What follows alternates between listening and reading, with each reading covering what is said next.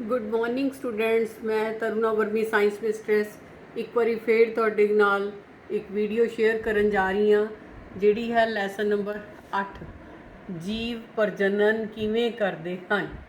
ये है जी प्रजनन बारे। देखो बच्चों, सब तो पहला जदों ये लैसन स्टार्ट करना है तो सानू ये पता होना चाहिए भी प्रजनन की है तो क्यों जरूरी है। बच्चों, जे असी एक कोई भी सजीव वस्तु इत्थे दुनिया दे विच हुंदी, जे वो अपने वर्गियां होर वस्तुआं नूं ना पैदा कर सकदी तां की दुनिया बननी सी? बिल्कुल नहीं बननी सी। जे मनुख अपने वर्गे होर मनुखां नूं जन्म ना दे सके, गुलाब दा पौधा होर गुलाबां नूं ना जन्म दे सके, अंब दा पौधा होर अंब दे पौधिਆਂ नूं जन्म ना दे सके तां की सारे अंब इसे तरह मिलणगे सानू, या मनुख इस तरह अगे दुनिया बनेगी? खत्म नहीं हो जाएंगे, बिल्कुल खत्म हो जाएंगे। इस करके बच्चों प्रजनन जिहड़ा है वो बहुत जरूरी प्रक्रिया है। उस बारे असी इस लैसन दे विच गल करांगे। तां ये सब तो पहला तुसी ये देखो भी जदों प्रजनन करते हैं जीव, ਉਹਦੇ ਵਿੱਚ किस तरह की विधियां ਹੁੰਦੀਆਂ, किवें प्रजनन हुंदा है, ये असी अलग अलग तरह ना पढ़ांगे। पर बच्चों एक मैं इत्थे वर्ड लिखा होया DNA। DNA है, उसका पूरा नाम है D oxy ribo nucleic acid. पहला तो ये छोटा क्वेश्चन आ जाता है कि DNA का पूरा नाम दसो, तो तुसी ये याद रखना है इसका पूरा नाम है D oxy ribo nucleic acid. ठीक है। दूसरे क्यों लिखा सब तो पहला? क्योंकि बच्चों प्रजनन के विच DNA का बहुत महत्वपूर्ण रोल है। क्योंकि कोई भी सैलों के विभाजन नाल ही प्रजनन हुंदा है। तो जदों जिवें असी हाँ, असी अपने माँ बाप के वर्गी शक्ल किवें है साडी? जे असी कोई अमरूद के पौधे के उत्ते अंब लगे देखे हैं कदी? कदी भी नहीं लगे देखे। क्यों इस तरह हुंदा है? जिहड़ी चीज़ जे अपने वर्गे वस्तुआं नूं किवें जन्म दिंदी, उवें दे गुण किवें हुंदे उहनां च, वो कारण है जी ये DNA। जिहड़े DNA है ये साडे सैलां दे विच गुणसूत्र हुंदे हैं, उन्हां दे उत्ते ये लगे हुंदे हैं, जिहड़े साडे माता पिता पितरी सैल जिहड़े है, मतलब माता पिता दे गुण बच्चियां दे विच इहदे करके आउंदे। ਇਹ ਜਿਹੜੇ ਹੈ बहुत ਵੱਡਾ महत्वपूर्ण रोल है इन्हां दा प्रजनन दे विच, एक जीव तो ਉਹਦੇ वर्गे होर जीवां नूं पैदा करना। पर बच्चों ਤੁਹਾਨੂੰ ਇਹ जान के ये भी हैरानी होएगी कि DNA ਤਾਂ ਗੁਣਾਂ ਨੂੰ ਲੈ ਜਾਂਦਾ, ਮਾਤਾ ਪਿਤਾ ਦੇ ਗੁਣ ਬੱਚਿਆਂ 'ਚ ਲੈ ਜਾਂਦਾ, ਪਰ ਅਸੀਂ ਇਹ ਨਹੀਂ ਕਹਿੰਦੇ ਬਿਲਕੁਲ ਕਾਰਬਨ ਕਾਪੀ ਬਣਾ ਦਿੰਦਾ।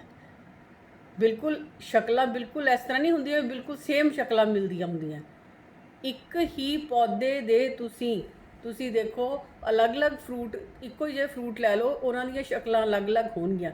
होर छड्ड दो भी असी जिहड़े हैं अपने माँ बाप दे घर, अपने घर दे विच असी भैन भरा, साडे माँ बाप एक है, असी भैन भरावां दी शक्लां वक्-वक् है कि साडे च DNA तो उही आया ना साडे माँ बाप दा, फिर साडियां शक्लां वक्-वक् क्यों है?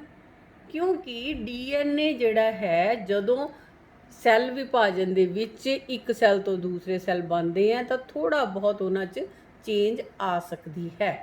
ठीक है जी। ये है DNA का काम। याद रखना है कि DNA प्रजनन की है, अपने वर्गे होर जीवां नूं जन्म देना। तो सब तो महत्वपूर्ण की है जी प्रजनन दे विच? DNA।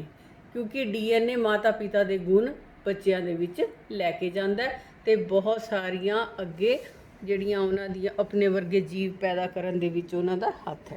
ਤੁਹਾਡੀ ਕਿਤਾਬ ਦੇ ਵਿੱਚ ਵੀ ਦੇਖੋ ਹੈ ਕੀ ਜੀਵ ਹੂ ਬਹੂ ਆਪਣੇ ਵਰਗੇ ਜੀਵ ਪੈਦਾ ਕਰਦੇ ਹਨ। ਉਹਦੇ ਵਿੱਚ ਵੀ ਦੇਖੋ ਆ ਸਾਰਾ DNA ਬਾਰੇ ਦਿੱਤਾ ਹੋਇਆ ਹੈ। ਮੈਂ ਤੁਹਾਨੂੰ ਦੱਸਿਆ ਸੀਗਾ, ਹੁਣੀ ਸਮਝਾ ਕੇ ਹਟੀਆਂ। ਇਹ ਸੈੱਲ ਦੇ ਨਿਊਕਲੀਅਸ ਦੇ DNA 'ਚ ਪ੍ਰੋਟੀਨ ਸੰਸਲੇਸ਼ਨ ਦੀ ਸੂਚਨਾ ਹੁੰਦੀ ਹੈ, ਤੇ ਜੇ ਸੂਚਨਾ ਬਦਲ ਜਾਂਦੀ ਹੈ ਤਾਂ ਜਿਹੜਾ ਪ੍ਰੋਟੀਨ ਹੈ ਉਹ ਥੋੜਾ ਜਿਹਾ ਚੇਂਜ ਹੋ ਜਾਏਗਾ। ਇਸ ਕਰਕੇ ਸਰੀਰਕ ਬਣਤਰ ਜਾਂ ਫਿਰ ਸਾਡੇ ਸ਼ਕਲਾਂ ਦੇ ਵਿੱਚ ਫਰਕ ਆ ਜਾਂਦਾ। ਠੀਕ ਹੈ ਜੀ। ਇਹ ਸਾਰਾ ਤੁਸੀਂ ਜਿਹੜਾ ਮੈਂ ਸ਼ਾਰਟ 'ਚ ਸਮਝਾਇਆ, ਇਹ ਤੁਸੀਂ ਧਿਆਨ ਦੇ ਨਾਲ ਇਹ ਸਾਰਾ ਪੜ੍ਹਨਾ, ਤੇ ਇਹਦੇ ਵਿੱਚ ਸਭ ਉਹੀ ਦਿੱਤਾ ਹੋਇਆ ਜੋ ਮੈਂ ਤੁਹਾਨੂੰ ਹੁਣੀ ਸਮਝਾਇਆ। ਠੀਕ ਹੈ ਜੀ। ਕੋਈ ਜੈਵ ਰਸਾਇਣਿਕ ਪ੍ਰਤੀਕਿਰਿਆ ਪੂਰਨ ਤੌਰ ਤੇ ਭਰੋਸੇਯੋਗ ਨਹੀਂ ਹੁੰਦੀ। ਇਸ ਲਈ ਜਿਹੜਾ DNA ਹੈ ਉਹਦੇ ਤੇ ਬਿਲਕੁਲ ਭਰੋਸਾ ਇਸ ਤਰ੍ਹਾਂ ਨਹੀਂ ਕੀਤਾ ਜਾ ਸਕਦਾ, ਬਿਲਕੁਲ ਸੇਮ ਹੋਏਗਾ। ਹਾਂ, ਇਹ ਪਤਾ ਚੱਲ ਜਾਂਦਾ ਅੱਜ ਕੱਲ੍ਹ ਤੁਸੀਂ ਸੁਣਿਆ ਹੋਏਗਾ ਕਿ DNA ਟੈਸਟ ਹੁੰਦਾ ਜੀ, ਵੀ ਪਤਾ ਚੱਲ ਜਾਂਦਾ ਵੀ ਇਹ ਇਸੇ ਮਾਂ-ਬਾਪ ਦਾ ਬੱਚਾ ਹੈ, ਠੀਕ ਹੈ।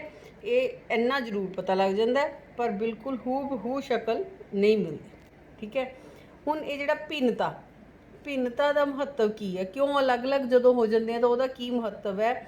ਜੇ ਭਿੰਨਤਾ ਨਾ ਹੋਵੇ ਤਾਂ ਨਵੇਂ ਜੀਵ ਪੈਦਾ ਹੋਣ ਹੀ ਨਾ, ਇੱਕੋ ਹੀ ਤਰ੍ਹਾਂ ਦੇ ਜੀਵ ਜਿਹੜੇ ਹੈ ਉਹ ਪੈਦਾ ਹੋਣਗੇ। ਉਸ ਤੋਂ ਬਾਅਦ ਜਿਹੜਾ ਹੁਣ ਆਪਾਂ ਸ਼ੁਰੂ ਕਰਨ ਜਾ ਰਹੇ ਹਾਂ ਉਹ ਹੈ ਸਭ ਤੋਂ ਪਹਿਲਾਂ ਪ੍ਰਜਨਨ ਜਿਹੜਾ ਹੈ ਉਹ ਇਕੱਲੇ ਜੀਵਾਂ ਵਿੱਚ ਪ੍ਰਜਨਨ ਦੀਆਂ ਵਿਧੀਆਂ। ਬੱਚੋ, ਪ੍ਰਜਨਨ ਦੋ ਤਰੀਕੇ ਨਾਲ ਹੁੰਦਾ ਹੈ। ਇੱਕ ਤਾਂ ਹੁੰਦਾ ਜੀ ਅਲਿੰਗੀ ਪ੍ਰਜਨਨ, ਠੀਕ ਹੈ। ਦੂਸਰਾ ਹੁੰਦਾ ਲਿੰਗੀ ਪ੍ਰਜਨਨ।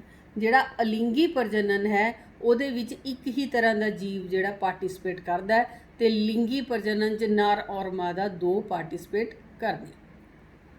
ਹੁਣ ਇਹ ਜਿਹੜਾ ਇਕੱਲੇ ਜੀਵਾਂ 'ਚ ਪ੍ਰਜਨਨ ਦੀਆਂ ਵਿਧੀਆਂ ਮਤਲਬ ਅਲਿੰਗੀ ਪ੍ਰਜਨਨ, ਠੀਕ।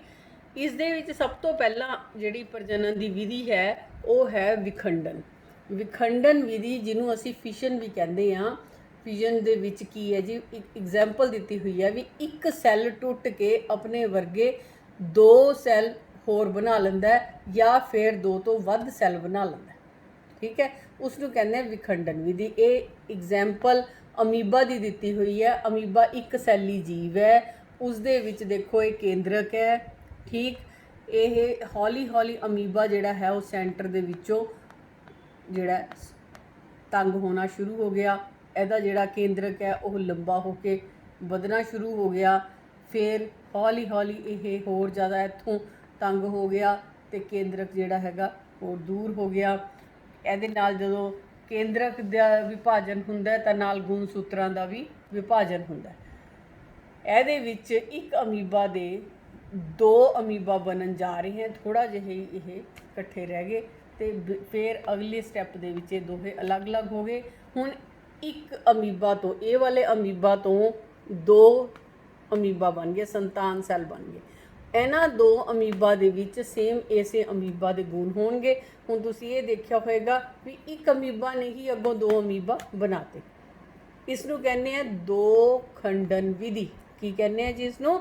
ਦੋ ਖੰਡਨ ਵਿਧੀ। ਇਸੇ ਵਿਖੰਡਨ ਵਿਧੀ ਦੇ ਵਿੱਚ ਤੁਸੀਂ ਦੇਖਿਆ ਹੋਊਗਾ ਵੀ ਇੱਕ ਪਲਾਜ਼ਮੋਡੀਅਮ ਵਿੱਚ ਬਹੁਖੰਡਨ ਵੀ ਹੁੰਦਾ। ਹੁਣ ਜਿਹੜਾ ਪਲਾਜ਼ਮੋਡੀਅਮ ਹੈ ਤੇ ਜਿਹੜਾ ਮਲੇਰੀਆ ਫੈਲਾਉਂਦਾ ਹੈ, ਉਹ ਤੁਸੀਂ ਦੇਖੋ ਉਸ ਦੇ ਵਿੱਚ ਕੀ ਹੈ, ਆਪਣੇ ਆਲੇ ਦੁਆਲੇ ਇੱਕ ਕੋਟਿੰਗ ਬਣਾ ਲਈ ਤੇ ਇੱਕ ਸੈੱਲ ਜਿਹੜਾ ਵਿਭਾਜਿਤ ਹੋ ਕੇ ਇੰਨੇ ਸਾਰੇ ਸੈੱਲ ਵਿੱਚ ਵਿਭਾਜਿਤ ਹੋ ਗਿਆ। ਜਿਵੇਂ ਅਮੀਬਾ ਦੇ ਵਿੱਚ ਇੱਕ ਸੈੱਲ ਤੋਂ ਦੋ ਸੈੱਲ ਬਣੇ ਸੀ, ਇੱਥੇ ਇੱਕ ਸੈੱਲ ਤੋਂ ਬਹੁਤ ਸਾਰੇ ਸੈੱਲ ਬਣ ਗਏ। ਉਹਨੇ ਆਪਣੇ ਆਲੇ ਦੁਆਲੇ ਇੱਕ ਸੇਫਟੀ ਕਵਰ ਲਗਾ ਕੇ ਰੱਖਦਾ। ਜਦੋਂ ਕਿਤੇ ਕੋਈ ਇਹਨਾਂ ਨੂੰ ਲੱਗਦਾ ਕਿ ਹੁਣ ਤਾਪਮਾਨ ਠੀਕ ਹੈ, ਮੈਂ ਬੈਠ ਕੇ ਇਹ ਸੈੱਲਾਂ ਨੂੰ ਪੂਰਾ ਜੀਵਨ ਦੇ ਸਕਦਾ, ਤਾਂ ਇਹ ਜਿਹੜਾ ਇਹਦੀ ਬਾਹਰਲੀ ਪਰਤ ਹੈ ਉਹ ਟੁੱਟ ਜਾਂਦੀ ਹੈ ਤੇ ਜਿਹੜੇ ਸੈੱਲ ਹੈ ਸਾਰੇ ਪਲਾਜ਼ਮੋਡੀਅਮ ਦੇ ਵਿੱਚ ਬਦਲ ਜਾਂਦੇ। ਇਹਨੂੰ ਕਹਿੰਦੇ ਆ ਅਸੀਂ ਬਹੁ ਖੰਡਨ ਵਿਧੀ। ਕੀ ਕਹਿੰਦੇ ਆ ਜੀ ਅਸੀਂ? ਬਹੁ ਖੰਡਨ ਵਿਧੀ, ਠੀਕ ਹੈ। ਅਗਲੇ ਸਟੈਪ ਤੇ ਆ ਜਾਓ ਜੀ। ਸੈਕਿੰਡ ਹੈ ਖੰਡ ਕਰਨਾ। ਦੂਸਰਾ ਜਿਹੜੀ ਵਿਧੀ ਹੈ ਅਲਿੰਗੀ ਪ੍ਰਜਨਨ ਦੀ, ਖੰਡ ਕਰਨਾ ਮਤਲਬ ਫਰੈਗਮੈਂਟੇਸ਼ਨ। ਇਸ ਦੇ ਵਿੱਚ ਬੱਚੋ ਕੀ ਹੁੰਦਾ ਹੈ, ਇੱਕ ਜੀਵ, ਸੈੱਲ ਨਹੀਂ, ਇੱਕ ਜੀਵ ਪੂਰਾ ਟੁੱਟ ਕੇ ਦੋ ਜਾਂ ਤਿੰਨ ਜੀਵ ਬਣਾ ਦਿੰਦਾ। ਆਪਣੇ ਵੱਖ-ਵੱਖ ਅੰਗਾਂ ਤੋਂ ਦੋ ਜਾਂ ਤਿੰਨ ਜੀਵ ਬਣਾ ਦਿੰਦਾ। ਇਸ ਨੂੰ ਪੁਨਰਜਨਨ ਮਤਲਬ ਰੀਜਨਰੇਸ਼ਨ ਵੀ ਕਹਿੰਦੇ। ਰੀਜਨਰੇਸ਼ਨ ਮਤਲਬ ਜਿਵੇਂ ਸਾਡੀ ਜੀਭ ਹੈ, ਜੇ ਕੱਟ ਜਾਵੇ ਉਹ ਆਪਣੇ ਆਪ ਨਵੀਂ ਜੀਭ ਬਣ ਜਾਂਦੀ ਹੈ। ਛਿਪਕਲੀ ਦੀ ਜਿਹੜੀ ਪੂੰਛ ਹੈ, ਜੇ ਉਹ ਕੱਟ ਜਾਵੇ ਤਾਂ ਦੁਬਾਰਾ ਉਵੇਂ ਹੀ ਪੂੰਛ ਆ ਜਾਂਦੀ ਹੈ। ਇਸੇ ਤਰ੍ਹਾਂ ਆ ਪਲੈਨੇਰੀਆ ਲਿੱਤਾ ਹੋਇਆ। ਪਲੈਨੇਰੀਆ ਇੱਕ ਜੀਵ ਹੈ ਜਿਹੜਾ ਤਿੰਨ ਹਿੱਸਿਆਂ ਦੇ ਵਿੱਚ ਜਦ ਟੁੱਟ ਕੇ ਉਹਦਾ ਹਰੇਕ ਹਿੱਸਾ ਇੱਕ ਪੂਰੇ ਜੀਵ ਦੇ ਵਿੱਚ, ਪੂਰੇ ਵੱਡੇ ਪਲੈਨੇਰੀਆ ਦੇ ਵਿੱਚ ਚੇਂਜ ਹੋ ਜਾਂਦਾ। ਇਸ ਵਿਧੀ ਨੂੰ ਕਹਿੰਦੇ ਆ ਜੀ ਪੁਨਰਜਨਨ। ਕੀ ਕਹਿੰਦੇ ਆ? ਪੁਨਰਜਨਨ। ਇਸ ਦੇ ਵਿੱਚ ਹੀ ਖੰਡ ਕਰਨਾ ਵਿਧੀ ਦੇ ਵਿੱਚ ਹੀ ਅਗਲਾ ਹੈ ਹਾਈਡਰਾ ਦੇ ਵਿੱਚ ਬਡਿੰਗ ਹੁੰਦੀ ਹੈ। ਬਡਿੰਗ ਵਿਧੀ ਦੇ ਵਿੱਚ ਹਾਈਡਰਾ ਦੀ ਇੱਕ ਛੋਟੀ ਜਿਹੀ ਬੱਡ ਬਣ ਜਾਂਦੀ ਹੈ ਸਾਈਡ ਤੇ। ਉਹੀ ਬੱਡ ਜਿਹੜੀ ਹੈ ਇੱਕ ਪੂਰਾ ਜਿਵੇਂ ਇੱਕ ਡੰਡੀ ਜੀ ਟਾਹਣੀ ਬਣਨੀ ਸ਼ੁਰੂ ਹੋ ਜਾਂਦੀ ਹੈ। ਫਿਰ ਉਹ ਵੱਡਾ ਹਾਈਡਰਾ ਬਣ ਗਿਆ, ਫਿਰ ਉਹਦੇ ਨਾਲ ਉਹ ਟੁੱਟ ਕੇ ਅਲੱਗ ਹੋ ਜਾਂਦਾ, ਵੱਡੇ ਹਾਈਡਰਾ ਦਾ ਇਹ ਸੰਤਾਨ ਹਾਈਡਰਾ ਇਸ ਤਰ੍ਹਾਂ ਬਣ ਜਾਂਦਾ। ਇਸ ਨੂੰ ਕਹਿੰਦੇ ਆ ਜੀ ਬਡਿੰਗ। ਵੀ ਇੱਕ ਪੂਰਾ ਜੀਵ ਇੱਕ ਬਡ ਜਿਹੜੀ ਹੈ ਬਣਾ ਕੇ, ਬਡਿੰਗ ਮਤਲਬ ਬਡ ਬਣ ਜਾਂਦੀ ਹੈ, ਬਡ ਤੋਂ ਪੂਰਾ ਜੀਵ ਜਿਹੜਾ ਹੈਗਾ ਇਸ ਤਰ੍ਹਾਂ ਬਣ ਜਾਂਦਾ। ਠੀਕ ਹੈ ਜੀ। ਹੁਣ ਤੀਸਰੀ ਵਿਧੀ ਆ ਗਈ ਜੀ ਕਾਇਕ ਪ੍ਰਜਨਨ। ਕਾਇਕ ਪ੍ਰਜਨਨ ਜਿਹੜੀ ਹੈ ਉਹ ਪੌਦਿਆਂ 'ਚ ਦੇਖਣ ਨੂੰ ਮਿਲਦੀ ਹੈ, ਵੈਜੀਟੇਟਿਵ ਪ੍ਰੋਪੇਗੇਸ਼ਨ। ਇਹ ਜਿਵੇਂ ਆਲੂ ਹੈ, ਆਲੂ ਤੁਸੀਂ ਦੇਖ ਲਓ ਲੈ ਕੇ ਰੱਖਦੇ ਹੋ ਤੁਸੀਂ, ਤਾਂ ਉਹਦੇ ਵਿੱਚ ਛੋਟੇ ਛੋਟੀਆਂ ਅੱਖਾਂ ਜਿਹੀਆਂ ਜਿੱਥੇ ਬਣੀਆਂ ਹੁੰਦੀਆਂ ਉੱਥੇ ਪੱਤੇ ਨਿਕਲਣੇ ਸ਼ੁਰੂ ਹੋ ਜਾਂਦੇ। ਜੇ ਉਸ ਨੂੰ ਅਸੀਂ ਇੰਨਾ ਕੱਟ ਕੇ ਦਬਾ ਦਈਏ ਤਾਂ ਦੁਬਾਰਾ ਨਵਾਂ ਆਲੂ ਦਾ ਪੌਦਾ ਲੱਗ ਜਾਂਦਾ। ਐਂ ਹੀ ਪੱਥਰ ਚੱਟ, ਮਤਲਬ ਬੀਜਾਂ ਤੋਂ ਬਿਨਾਂ ਬੀਜਾਂ ਤੋਂ ਪੌਦੇ ਦੇ ਹੀ ਕਿਸੇ ਹਿੱਸੇ ਤੋਂ ਨਵਾਂ ਪੌਦਾ ਤਿਆਰ ਹੋਣਾ, ਉਸ ਨੂੰ ਕਹਿੰਦੇ ਆ ਕਾਇਕ ਪ੍ਰਜਨਨ। ਜਿਵੇਂ ਪੱਥਰ ਚੱਟ ਦਾ ਪੱਤਾ ਹੈ, ਇਹ ਕੋਈ ਬੀਜ ਨਹੀਂ, ਕੋਈ ਕੁਛ ਨਹੀਂ, ਇਹਦੇ ਵਿੱਚ ਪੱਤੇ ਤੋਂ ਹੀ ਅੱਗੇ ਨਵੇਂ ਪੌਦੇ ਜਿਹੜੇ ਆ ਉਹ ਤਿਆਰ ਹੋ ਜਾਂਦੇ। ਇਸੇ ਤਰ੍ਹਾਂ ਜਿਵੇਂ ਮਨੀ ਪਲਾਂਟ ਹੈ, ਉਹਦੀ ਅਸੀਂ ਟਾਹਣੀ ਲਗਾ ਦਿੰਦੇ ਆ ਤਾਂ ਨਵਾਂ ਮਨੀ ਪਲਾਂਟ ਬਣ ਜਾਂਦਾ ਹੈ। ਗੁਲਾਬ ਦੀ ਇੱਕ ਕਲਮ ਲਗਾ ਲੈਂਦੇ ਆ ਟਾਹਣੀ ਨੂੰ ਕੱਟ ਕੇ, ਉਹ ਵੀ ਜਿਹੜਾ ਹੈ ਕਾਇਕ ਪ੍ਰਜਨਨ 'ਚ ਆ ਜਾਂਦਾ, ਕਿਉਂਕਿ ਕੋਈ ਬੀਜ ਦੀ ਲੋੜ ਨਹੀਂ ਹੁੰਦੀ ਗੁਲਾਬ ਦੇ ਵਿੱਚ, ਵੱਡਾ ਗੁਲਾਬ ਦਾ ਪੌਦਾ ਇਸੇ ਤਰ੍ਹਾਂ ਬਣ ਜਾਂਦਾ। ਮਤਲਬ ਮੇਰਾ ਇਹ ਵੀ ਕਾਇਕ ਪ੍ਰਜਨਨ ਅਜਿਹਾ ਪ੍ਰਜਨਨ ਹੈ ਜਿਸ ਵਿੱਚ ਇੱਕ ਪੌਦਾ ਆਪਣੇ ਵਰਗੇ ਹੋਰ ਪੌਦਿਆਂ ਨੂੰ ਬਿਨਾਂ ਬੀਜਾਂ ਤੋਂ ਹੀ ਬਣਾ ਸਕਦਾ ਹੈ। ਠੀਕ ਹੈ ਜੀ। ਨੈਕਸਟ ਆ ਜਾਓ ਬੀਜਾਣੂ ਬਣਨਾ। ਚੌਥਾ ਹੈ ਜੀ ਬੀਜਾਣੂ ਬਣਨਾ, ਅਲਿੰਗੀ ਜਨਨ ਦੀ ਵਿਧੀ ਹੈ, ਸਪੋਰ ਫਾਰਮੇਸ਼ਨ। ਹੁਣ ਇਹ ਬੀਜਾਣੂ ਬਣਨਾ ਕਿਸ ਤਰ੍ਹਾਂ ਤੁਸੀਂ ਦੇਖ ਸਕਦੇ ਹੋ, ਬ੍ਰੈਡ ਦੇ ਉੱਤੇ ਕਈ ਵਾਰੀ ਉੱਲੀ ਲੱਗ ਜਾਂਦੀ ਹੈ। ਜੇ ਉਸ ਨੂੰ ਅਸੀਂ ਪਾਣੀ ਦੇ ਵਿੱਚ ਥੋੜਾ ਜਿਹਾ ਹੱਥ ਲਗਾ ਕੇ ਮਾਈਕਰੋਸਕੋਪ ਦੇ ਨੀਚੇ ਦੇਖੀਏ ਤਾਂ ਸਾਨੂੰ ਇਸ ਤਰ੍ਹਾਂ ਦਾ ਰਾਈਜ਼ੋਪਸ ਦਿਖਦਾ। ਇਸ ਤਰ੍ਹਾਂ ਜਿਹੜਾ ਇਹ ਰਾਈਜ਼ੋਪਸ ਹੈ, ਇਹ ਥੋੜਾ ਮਿਟ ਗਿਆ ਇੱਥੋਂ,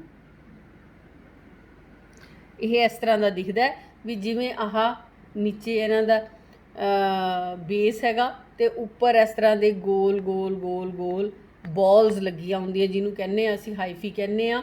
ਤੇ ਇਹਦੇ ਵਿੱਚ ਇਹ ਸਪੋਰਸ ਪਏ ਹੁੰਦੇ ਆ, ਬੀਜਾਣੂ ਪਏ ਹੁੰਦੇ ਆ। ਤਾਂ ਇਹ ਜਦੋਂ ਪੂਰਾ ਭਰ ਜਾਂਦਾ, ਉਹਨਾਂ ਨੂੰ ਲੱਗਦਾ ਕਿ ਹੁਣ ਇਹ ਫੇਵਰੇਬਲ ਸਾਨੂੰ ਭੋਜਨ ਮਿਲ ਸਕਦਾ ਹੈ, ਠੀਕ ਤਾਪਮਾਨ ਮਿਲ ਸਕਦਾ, ਤਾਂ ਇਹ ਜਿਹੜੇ ਹਾਈਫੀ ਹੈ ਟੁੱਟ ਜਾਂਦੇ ਆ ਤੇ ਇਹਨਾਂ ਵਿੱਚੋਂ ਆ ਬੀਜਾਣੂ ਨਿਕਲ ਕੇ ਖਿੰਡ ਜਾਂਦੇ ਆ ਤੇ ਇਸੇ ਤਰ੍ਹਾਂ ਜਿਹੜੀ ਫੰਗਸ ਹੈ ਅੱਗੇ ਦੀ ਅੱਗੇ ਲੱਗ ਜਾਂਦੀ ਹੈ। ਹੁਣ ਬੱਚੋ ਇਹ ਸਾਰਾ ਜਿਹੜਾ ਮੈਂ ਤੁਹਾਨੂੰ ਦੱਸਿਆ ਇਹ ਹੈਗਾ ਜਿਹੜੀਆਂ ਅਲਿੰਗੀ ਪ੍ਰਜਨਨ ਦੀਆਂ ਵਿਧੀਆਂ। ਇਹਦੇ ਵਿੱਚ ਮੈਂ ਤੁਹਾਨੂੰ ਅਲਿੰਗੀ ਪ੍ਰਜਨਨ ਦੀਆਂ ਸਾਰੀਆਂ ਵਿਧੀਆਂ ਬਾਰੇ ਚੰਗੀ ਤਰ੍ਹਾਂ ਸਮਝਾ ਦਿੱਤਾ। ਫਿਰ ਵੀ ਤੁਸੀਂ ਬੁੱਕ ਨੂੰ ਇੱਕ ਵਾਰੀ ਜ਼ਰੂਰ ਪੜ੍ਹੋ, ਉਹਦੇ ਵਿੱਚ ਅਲੱਗ-ਅਲੱਗ ਵਧੀਆ ਤਰੀਕੇ ਦੇ ਨਾਲ ਉਹਨਾਂ ਨੂੰ ਦੇਖੋ ਵੀ ਕਿਵੇਂ ਕਿਹੜੀ ਵਿਧੀ ਕਿਸ ਤਰ੍ਹਾਂ ਹੁੰਦੀ ਹੈ, ਤਾਂ ਰਿਵੀਜ਼ਨ ਵੀ ਹੋ ਜਾਏਗੀ ਤੇ ਤੁਹਾਨੂੰ ਹੋਰ ਅੱਛੀ ਤਰ੍ਹਾਂ ਸਮਝ ਵੀ ਆ ਜਾਏਗਾ। ਐਕਟੀਵਿਟੀਜ਼ ਵੀ ਦਿੱਤੀਆਂ ਹੋਈਆਂ ਬੁੱਕ ਦੇ ਵਿੱਚ, ਤੁਸੀਂ ਉਹ ਵੀ ਧਿਆਨ ਨਾਲ ਕਰ ਸਕਦੇ ਹੋ। ਠੀਕ ਹੈ ਜੀ। ਐਕਟੀਵਿਟੀ 8.1 ਦਿੱਤੀ ਹੋਈ ਹੈ, 8.2 ਦਿੱਤੀ ਹੈ, ਘਰ ਕਰਕੇ ਦੇਖ ਸਕਦੇ ਹੋ ਆਰਾਮ ਦੇ ਨਾਲ। ਠੀਕ ਹੈ। ਤੇ ਆ ਬੁੱਕ ਦੇ ਵਿੱਚ ਦੇਖੋ ਹਾਈਡਰਾ ਦਾ, ਪਲੈਨੇਰੀਆ ਦਾ, ਪੱਥਰ ਚੱਟ ਦਾ, ਬੀਜਾਣੂ ਬਣਨਾ ਸਭ ਦਿੱਤਾ ਹੋਇਆ। ਹੁਣ ਅਗਲੀ ਵੀਡੀਓ ਦੇ ਵਿੱਚ ਮੈਨੂੰ ਪੂਰਾ ਯਕੀਨ ਹੈ ਕਿ ਇਹ ਤੁਹਾਨੂੰ ਪਸੰਦ ਆਈ ਹੋਏਗੀ ਤੇ ਅਗਲੀ ਵੀਡੀਓ ਦੇ ਵਿੱਚ ਅਸੀਂ ਲਿੰਗੀ ਪ੍ਰਜਨਨ ਬਾਰੇ ਗੱਲ ਕਰਾਂਗੇ। Thank you.